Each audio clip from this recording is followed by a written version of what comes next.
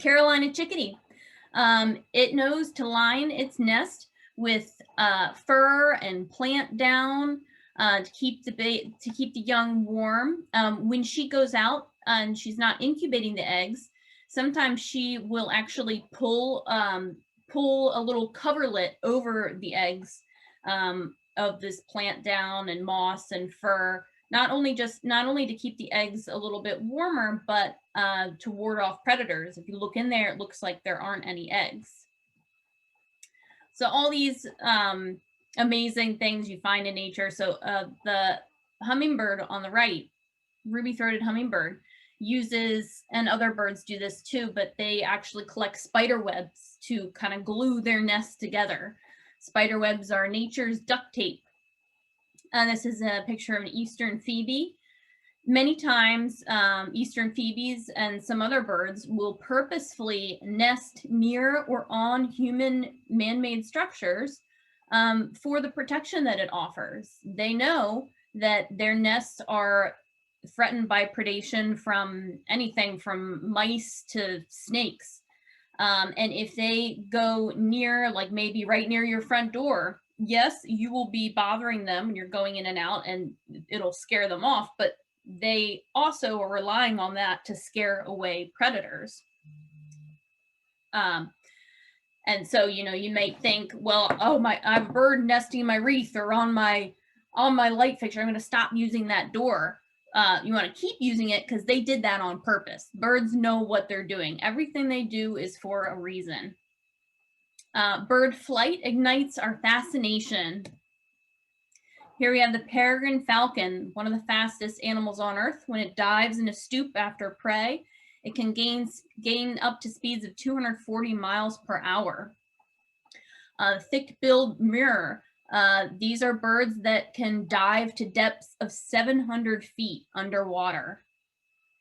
These are a couple of birds that spend most of their life on the wing, sleeping, eating, molting, doing it all on the wing.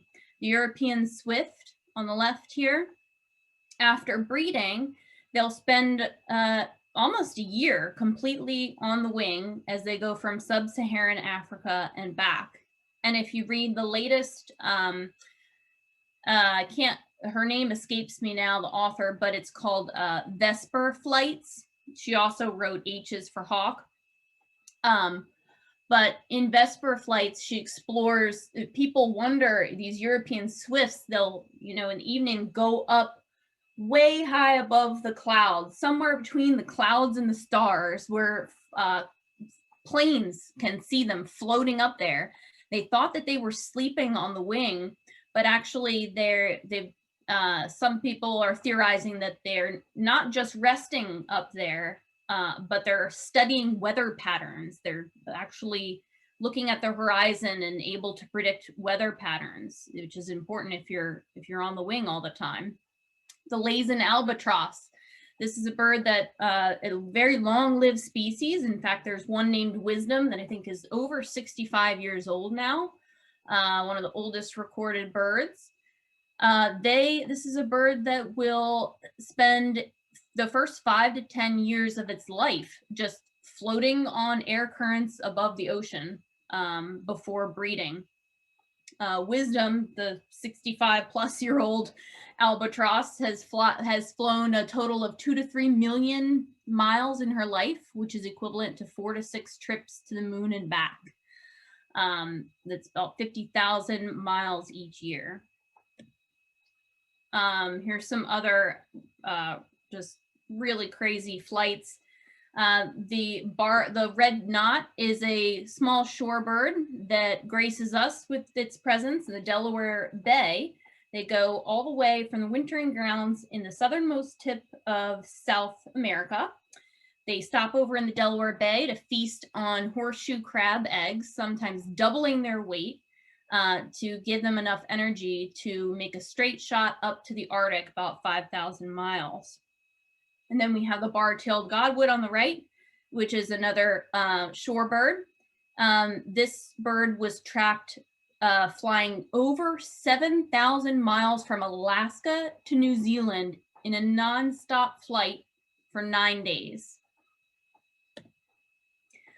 So besides being just amazing, birds make us laugh. This is a moonwalking bird found in the forests of South America. In Latin America, Kim Bostwick believes she has We're gonna go. The best part is right here. store. Kim's knowledge of the bird's ritual is now so intimate, she knows every move. So, first thing you do is you're sitting on your perch and click, you fly away. Once you're out there, you come swooping in, do a loop-de-loo in the air, land on the perch, and at the end of that, what the males do is they lean over, lift up their tail, quiver the tail slightly, and nail their feathers against their sides. And now you're going to do a moonwalk, and this is the only known case of birds moonwalking to my knowledge.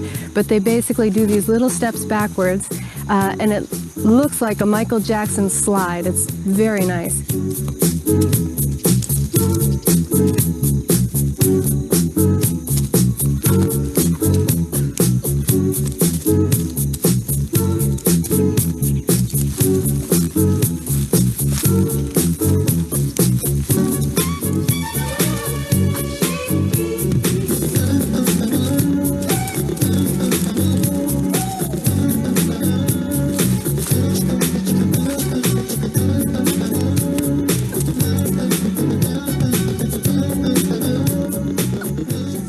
If Michael Jackson's moonwalk can be found in the jungles of Central America, then who knows what we might find next? Well, I can't hear you laugh. In Latin America, I sure hope you are. That's my favorite bird video. Continuing on our journey here of why we love birds, they inspire art and poetry. These are, of course, John James Audubon from his Birds of America. If you want to explore more about that, I encourage you to go to Audubon Center in Mill Grove, PA, where he lived. Birds are dedicated parents. If you haven't seen March of the Penguins, that's another one to add to your to-do list here, your bird list. These are amazingly dedicated parents. The male incubates the egg for 2 months while the female goes out to sea.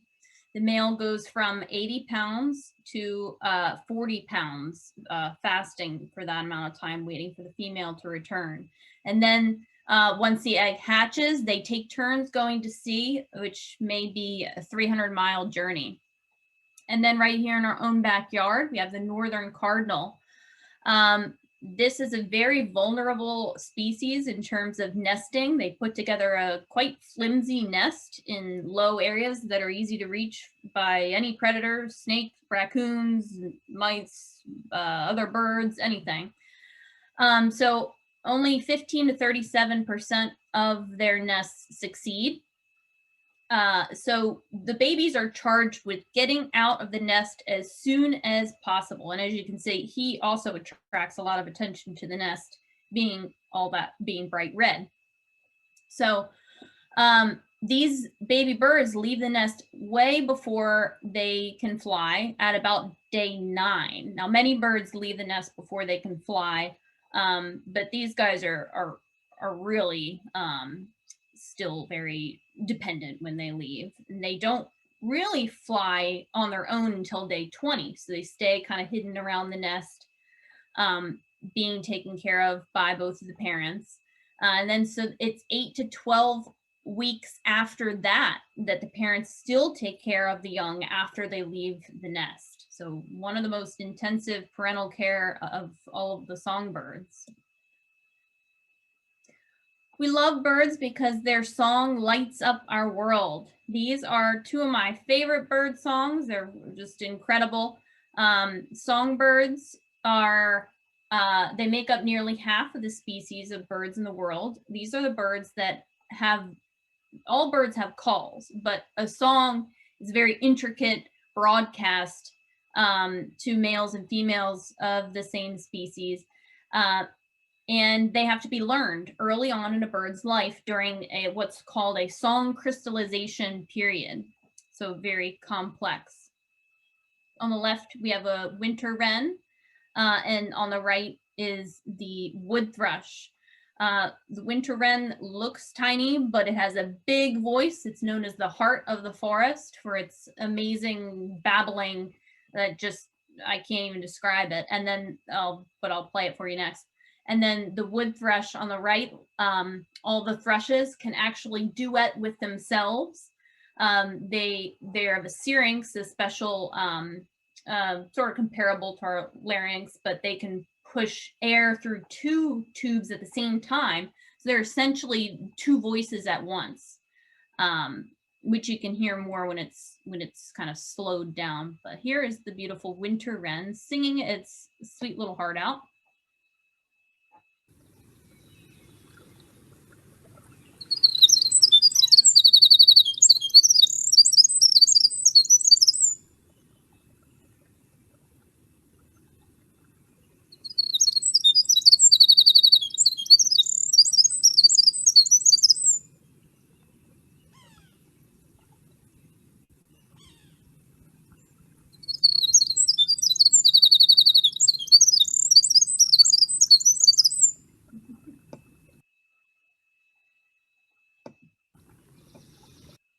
And then here is the beautiful eolay of the wood thrush that can be heard throughout our eastern forest in the summertime.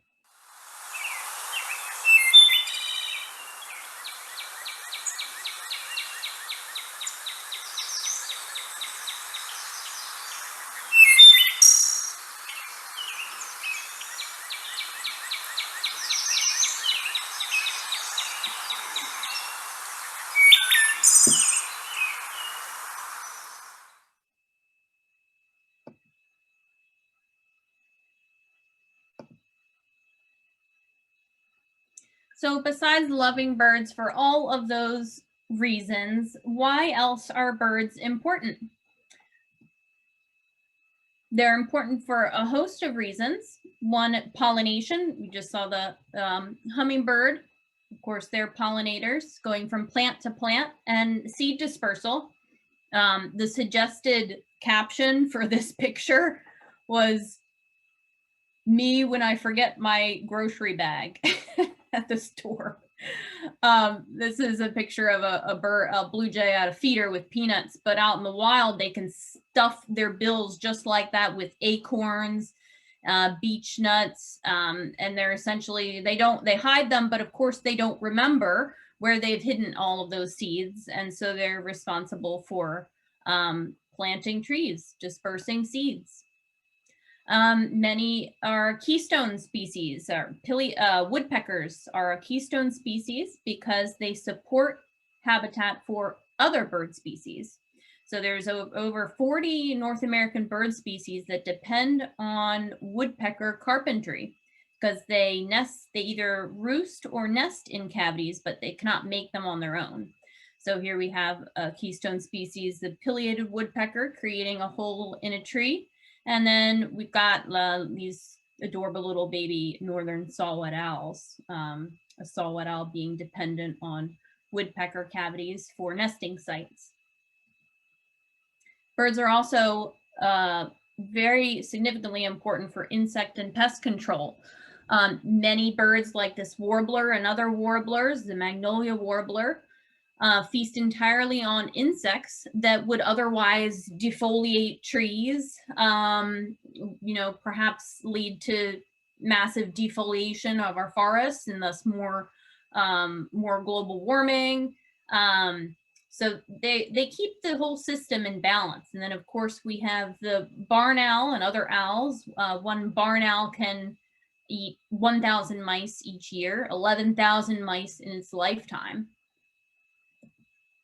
Carcass removal. Of course, the vultures, if we didn't have them, it might be disgusting to some people seeing vultures eating dead deer on the side of the road or whatnot. But the truth is, without them, there would be, disease and a lot of carcasses everywhere. They can make quick work of a carcass in a couple days, and it's just bones. And just think if we didn't have their service and that rotting flesh was just hanging around. And birds are indicators of ecosystem health. Pictured here is a Louisiana water thrush, and this is a bird that can exist only in habitats where the water is clear and pure and not polluted. They feed on things like invertebrates like mayflies that rely on clean water. And there's examples of this throughout the bird world.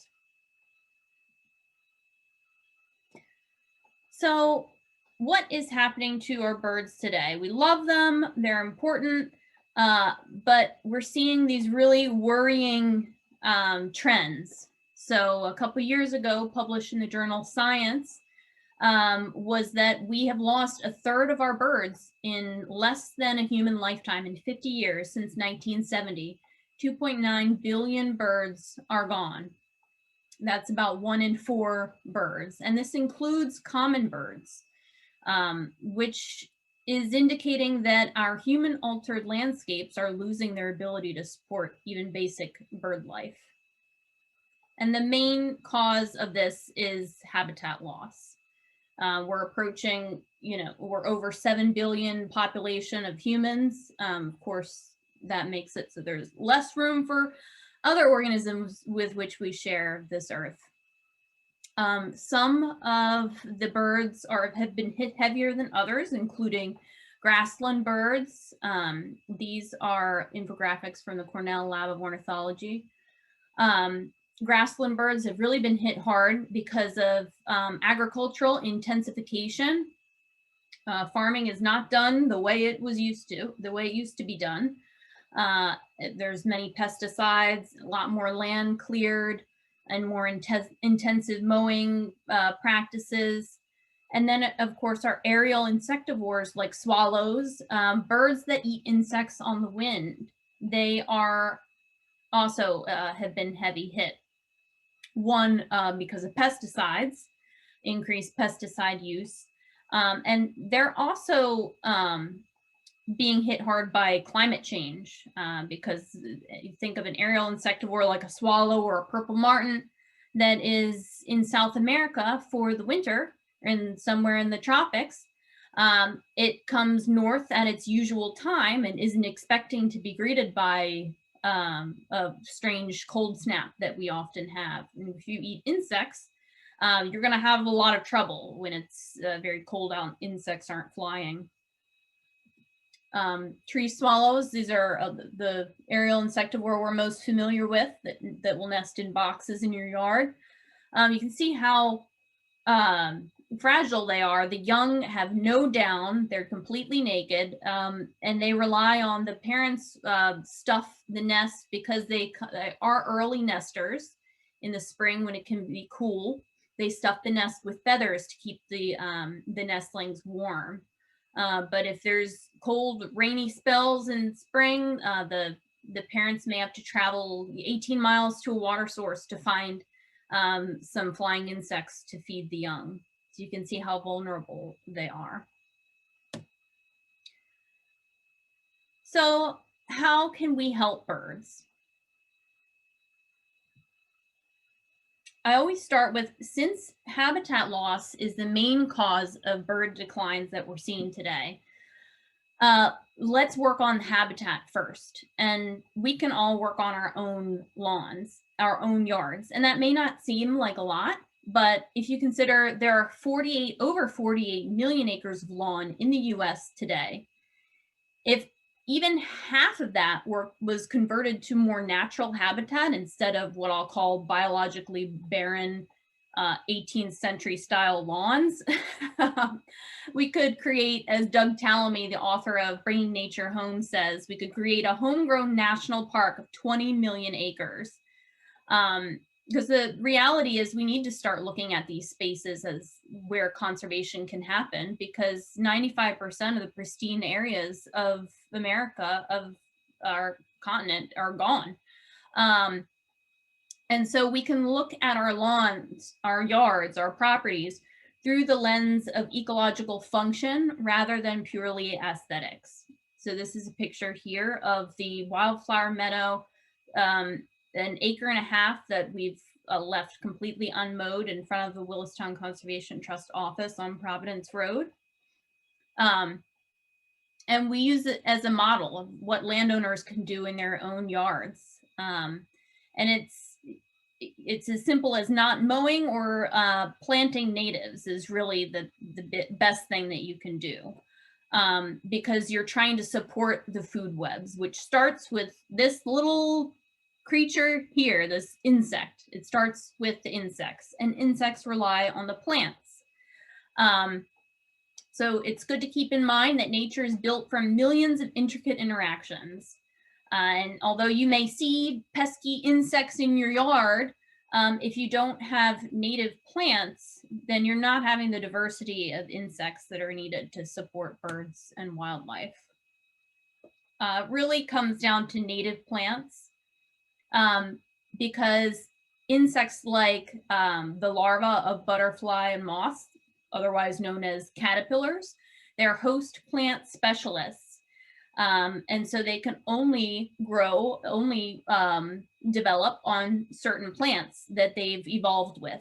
So your crepe myrtle or your ginkgo from China or your burning bush or these ornamental plants that you can get from nurseries really don't do a whole lot to support our food webs, to support our insects.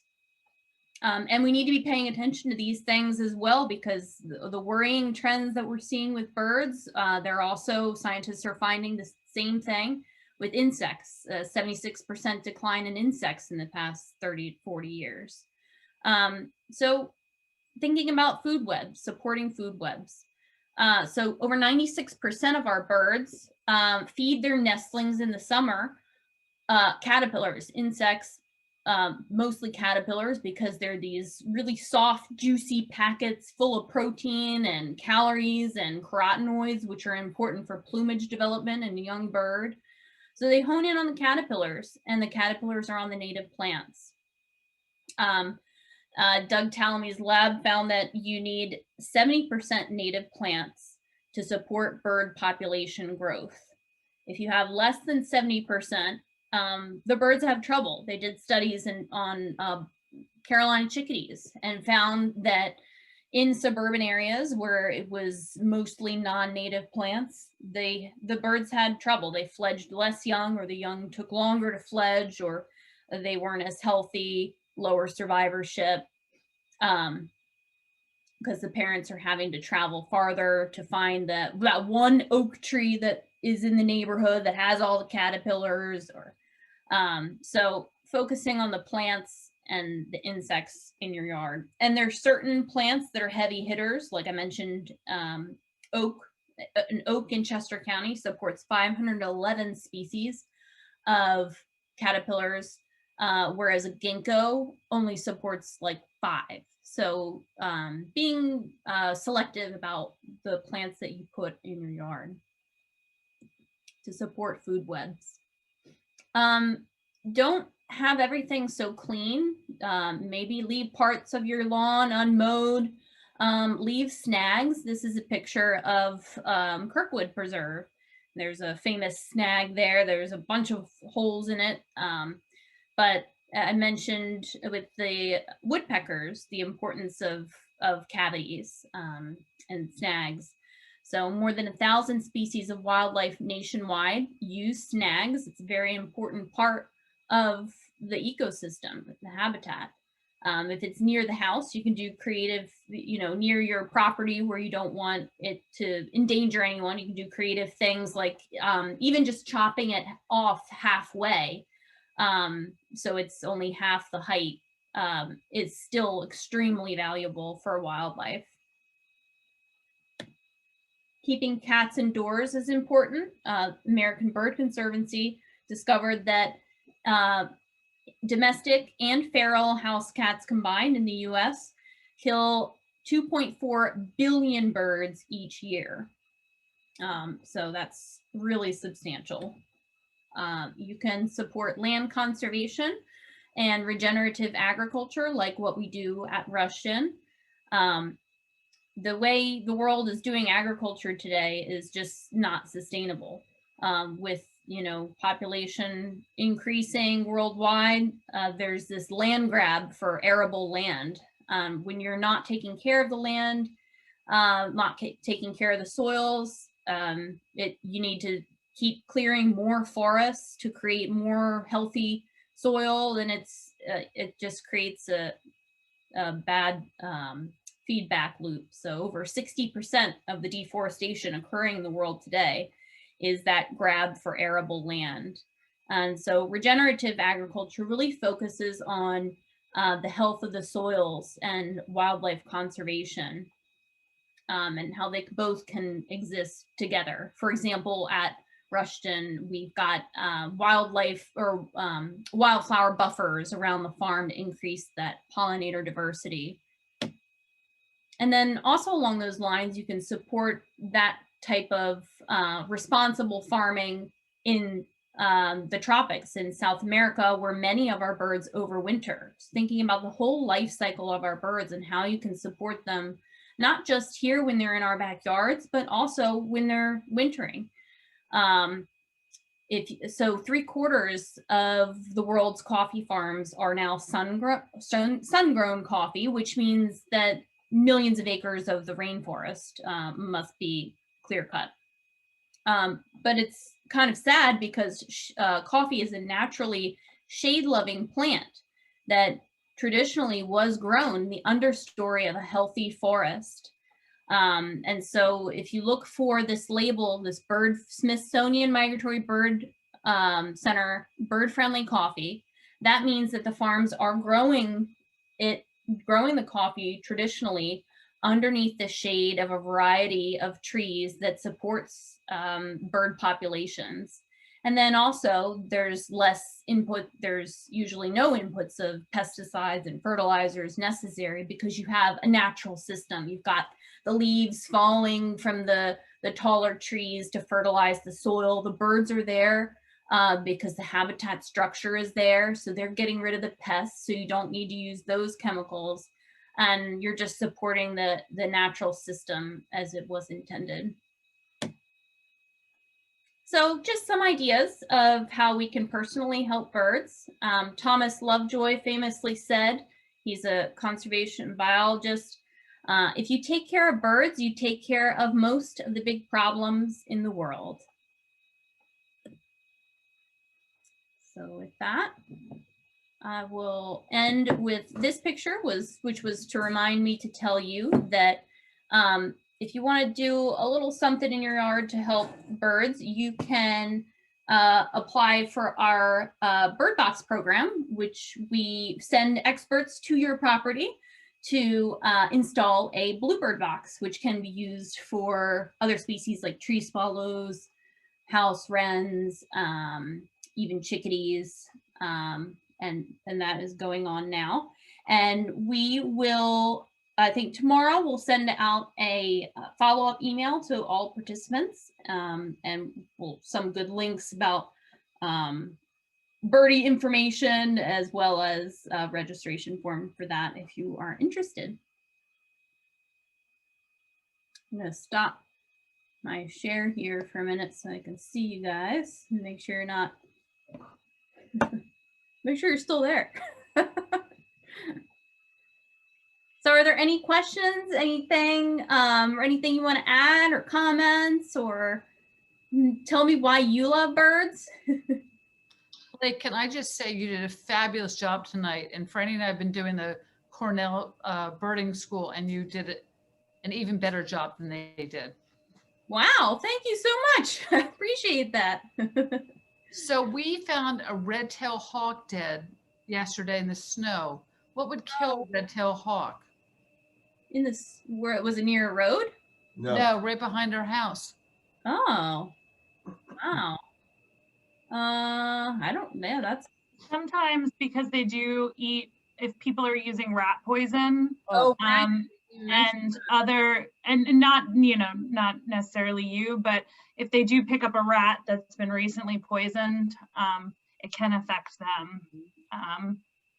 Yeah, that's a good point, Chelsea. And that's another thing we usually tell people, another thing you can do to help birds is get rid of your pest problems in other ways, like rat zappers or good old fashioned mouse traps, rather than going to Home Depot and buying these second generation poisons where the mouse goes outside and he's poisoned but not dead, and then Good to know. Thank you.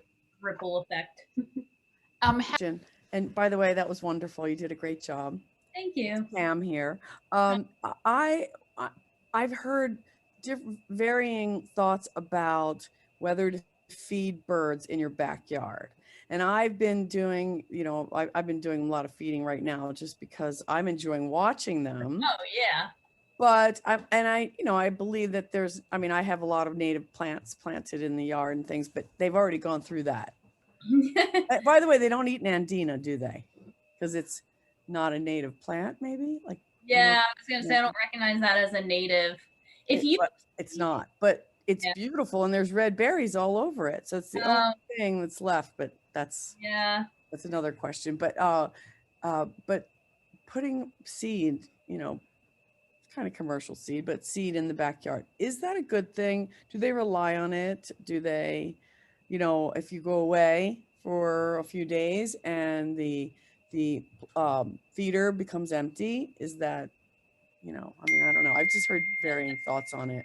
No, they're good questions, and that's usually that's always, bird feeding is a question that comes up. And when I get to the section of my talk about how you can help birds, I always purposely leave that out because it's sort of it's I don't want to say it's cheating, but it's not a long-term fix Right. for birds, and you're not going to be supporting breeding bird populations with bird feeders. The best bird feeder of all is going to be your landscaping. If you have native plants that in the summer are supporting those caterpillars that they need to grow their babies, and then in the winter, if you go around here in Willistown, go to Russian Woods Preserve, or go over to our office where that meadow is left unmowed all winter, the seeds that are hanging over from the spent perennial that are on the grasses, especially when there's snow on the ground, you can see the juncos and the white-throated sparrows feasting just on the tips of those plants and grasses. And that is the best feeder of all, the healthiest of all, and the most impactful. Yeah, I can imagine. Blake, I don't believe there's any evidence that bird feeding is harmful. Oh, no. Yeah, no. If it gives you pleasure, by all means do it. Yeah. Yeah, definitely. And I will say that it does help. I'm not saying it doesn't help birds. I hope I didn't make it sound like that, but it's just not the best longest term fix. But it's, when it's freezing cold out, when it's so cold the way it has been, it certainly helps. And especially species like the Carolina wren, that's really not adapted to this cold climate. I mean, they get by because they're very resourceful and clever, going back to why we love birds. But they'll pick around your house and find little spiders that are in the crevices and things like that. But they definitely need help in this weather, because some of them don't make it through this kind of weather. So like, I just put out a mealworm feeder to give our Carolina wrens here a boost through the cold weather. They're dry. Like, would suet be better than birdseed this time of year when it's so cold?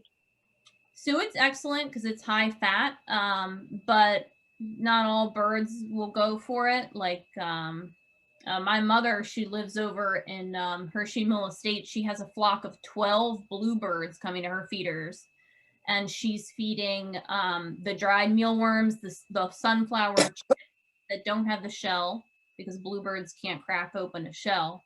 And then also she feeds the bluebirds will eat little suet balls, but they won't peck at like a suet block that I know of.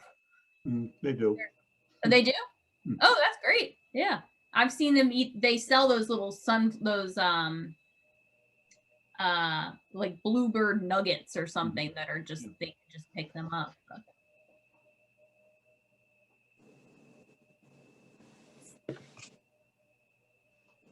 Any other? Can I have a question? Ask a question?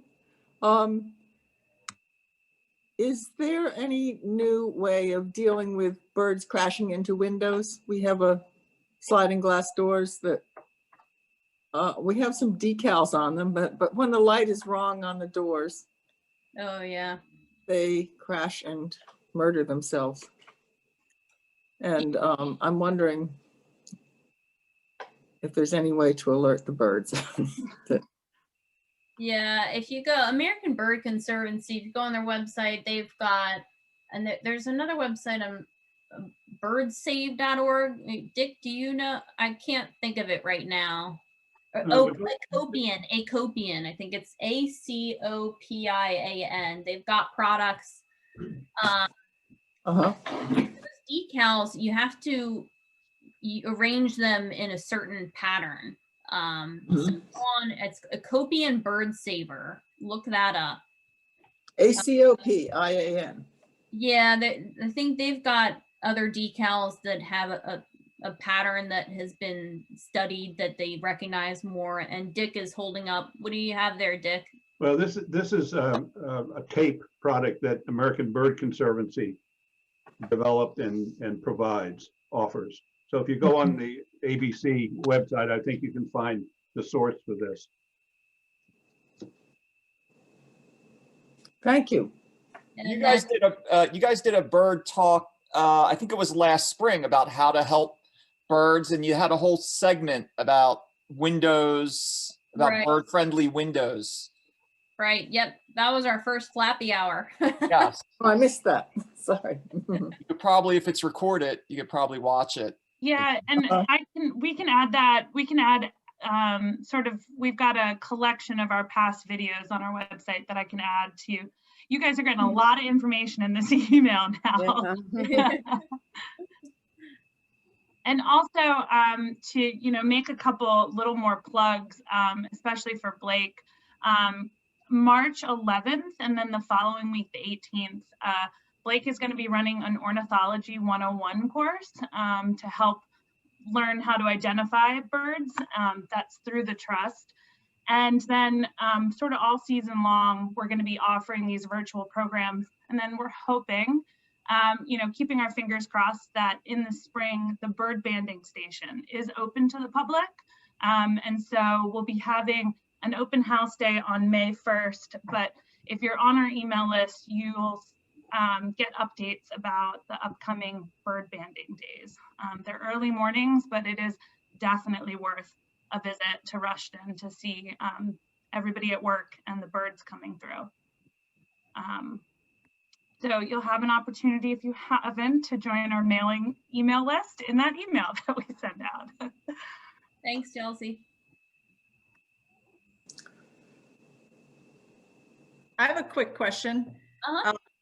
Locally, I've seen a red-tailed hawk that I thought was so much bigger than I remember them being when I was a young girl. They just seem like they're larger. Is that my imagination? Yeah.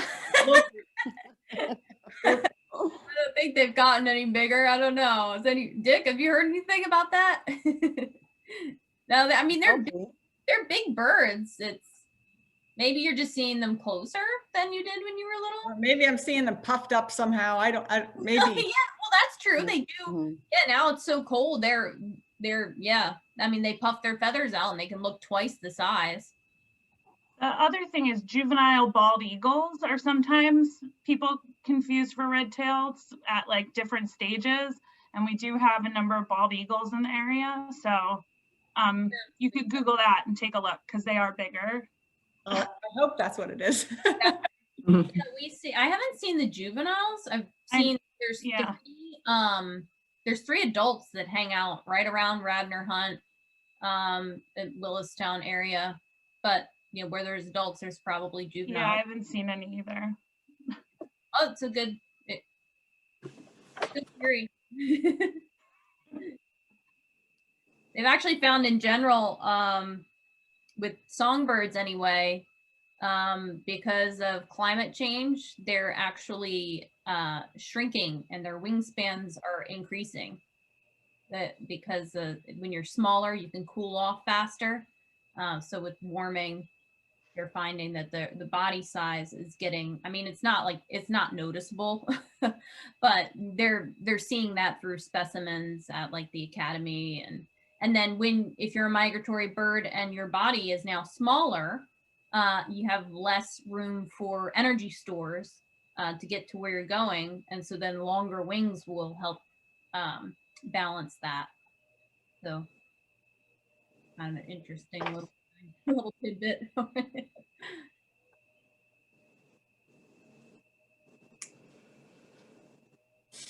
Any other?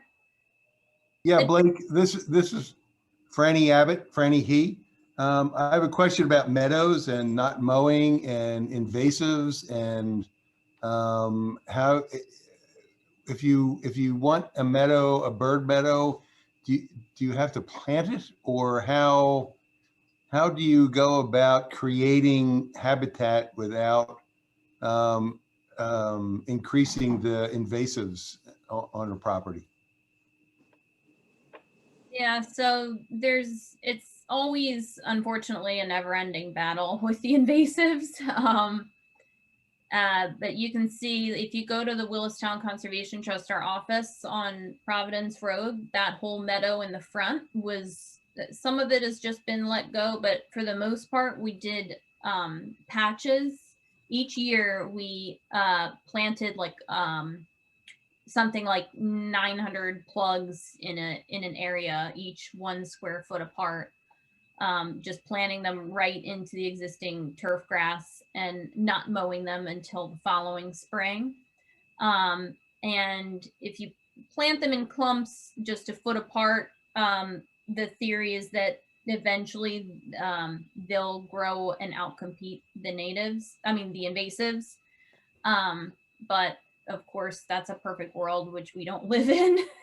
So, we've had to go in there and clear out Bradford Calorie pear and multiflora rose, and it's always a challenge. But you can start a meadow from plugs, or you can do from seed. There's some examples of meadows in our area where people have gone to specialists like Herman Moser is a great, it's called Land Stewards. But he did the whole meadow where I live.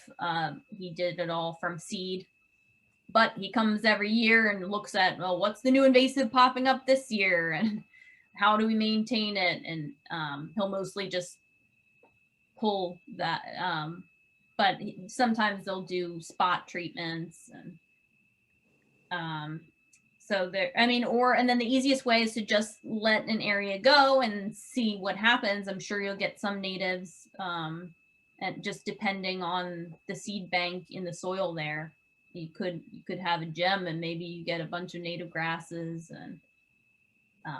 and then maybe add more native perennials.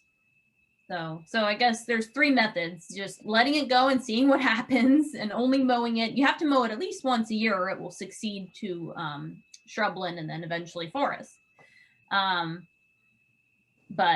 either just letting it go, doing plugs, or doing it from seed, a seed mix.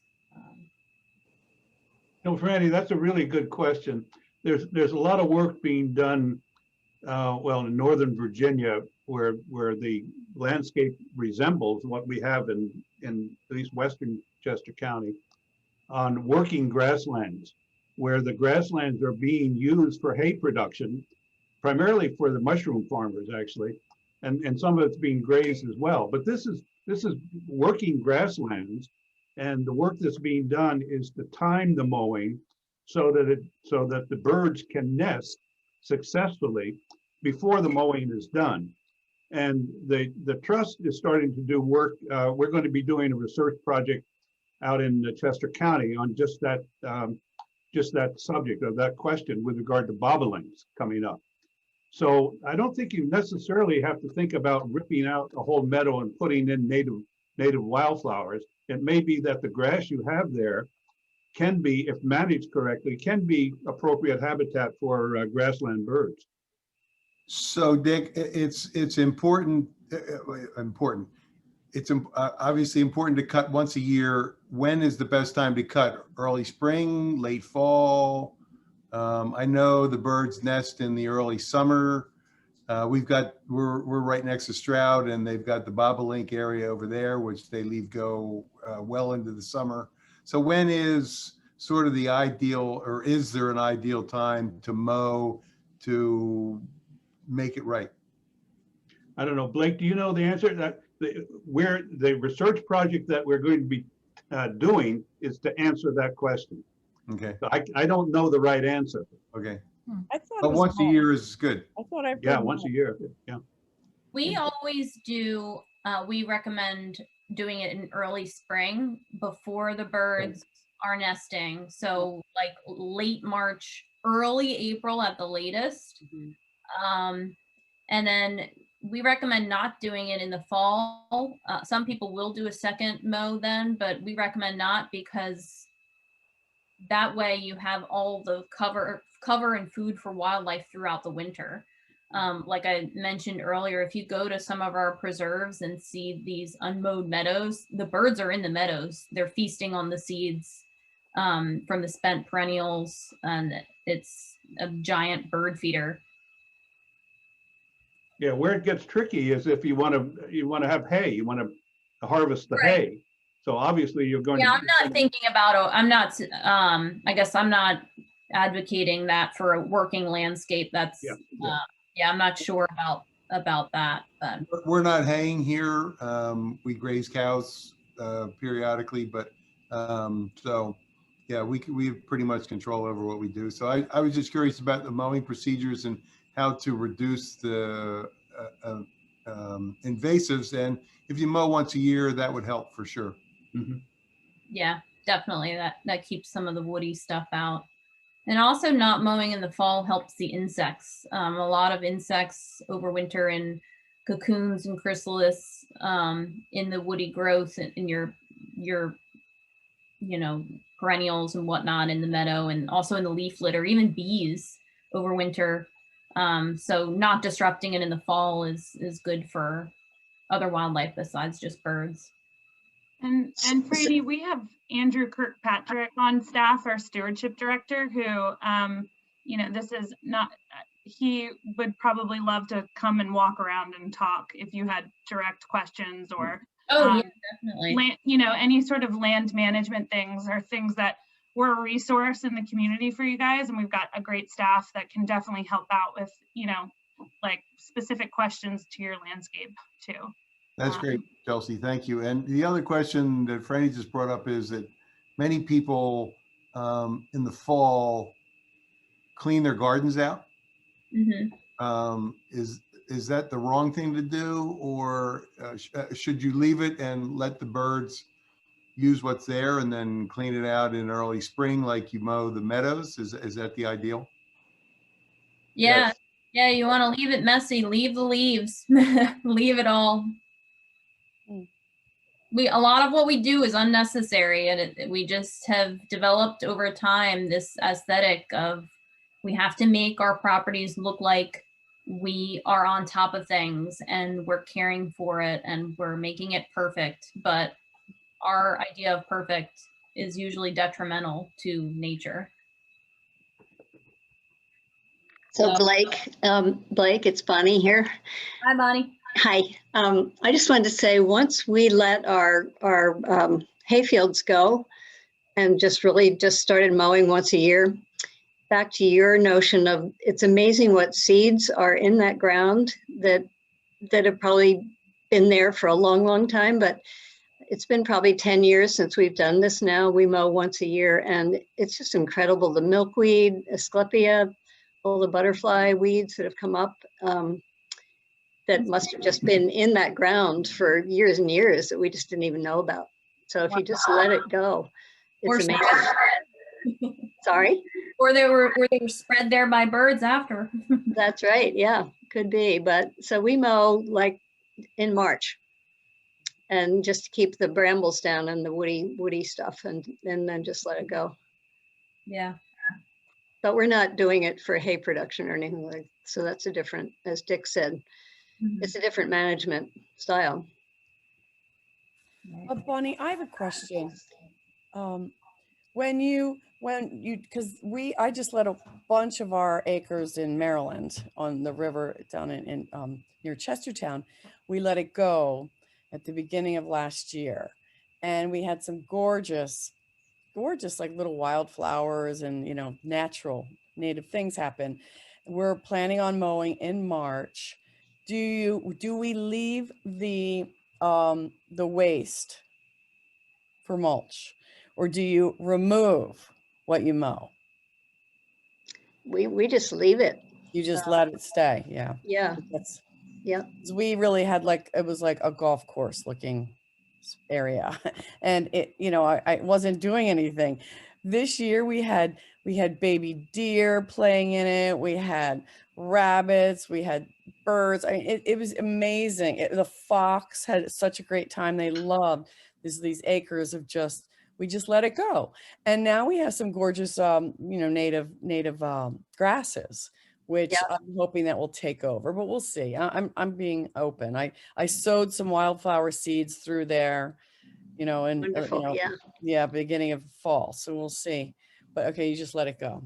Okay. Yeah, what I love to see is in the snow, all of the grasses sticking up through the snow. And yeah, instead of just a sort of mono picture, it's and as Blake said, the I birds. hope the movement takes off for everyone.